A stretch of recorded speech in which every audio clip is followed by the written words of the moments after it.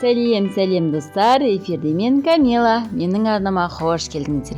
Бүгін біз осындай тамаша әрі хит болып жатқан гранатовый шоколадені бірге дайындайтын боламыз. Видеоның соңына дейін қарап, лайк басып, тіркеліп, комментер жазып кетуді ұмытпаңыздар. Бір дана анарды алып, жақсылап, тазалап, дайындап қоямыз. Және хит болып кетпей жатқанда алмалы шоколадты да әзірлеп көрейін деп бір дана алмамны алып, оны да ұсақтап турап дайындап алдым. Менде шоколад кондитер дүкенінде сатылатын, килограммдап сататын шоколад. Сіздер Қазақстан шоколадында қолдансаңыздар болады. Үйде аз ғана шоколадым бар еді, соны қолданатын боламын. Шоколадты водяной ваннада ерткен дұрыс. Водяной ваннада ертпей жатып, аз ғана май салып, бірге араластырып ерітетін боламыз. Шоколад менде толығы еріп боламын дегенше, анар салатын ыдысымды дайындаймын. Ол үшін кекс пісіретін, бір рет қолданатын форманы қолдандым.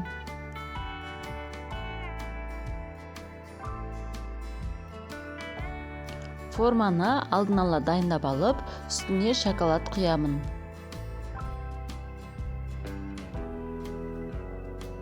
Осы аралықта менің шоколадым еріп болды. Енді осының үстіне шоколадтарды біртіндеп құйып шығатын боламын. Шоколадтарым қатып қалмай тұрғанда, үстіне анарды салып шығамын. Салып шығып, сәл үстінен қолымыздың саусағымызбен басып шықсақ болады. Шоколадқа батып тұру үшін.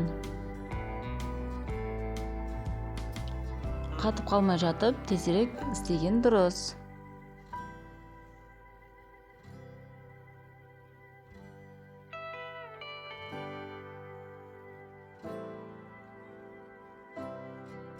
Менде шоколадым өте аз болды, сондықтан осындай азғантай ғана шоколад шықты. Ең соңғы шоколадқа алмамды салдым.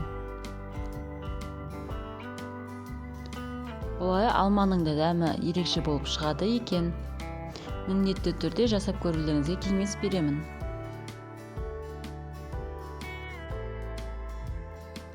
Шоколадтарымыз қатуы үшін тоңазытқышқа біраз уақытқа салып қоятын боламын. Міне, менің шоколадтарым қатты. Енді формалардан шешіп алып, үстіне сәндейтін боламын. Үстіне сәндегенде аз ғана шоколадты ертіп, бетіне құйып шығамын.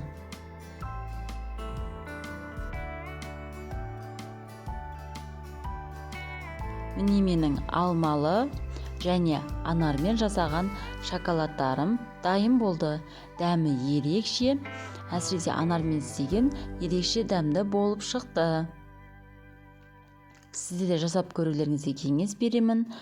Менің арнама лайк басып, тіркеліп, комментарий жазып кетуді ұмытпаңыздар. Сау болыңыздар.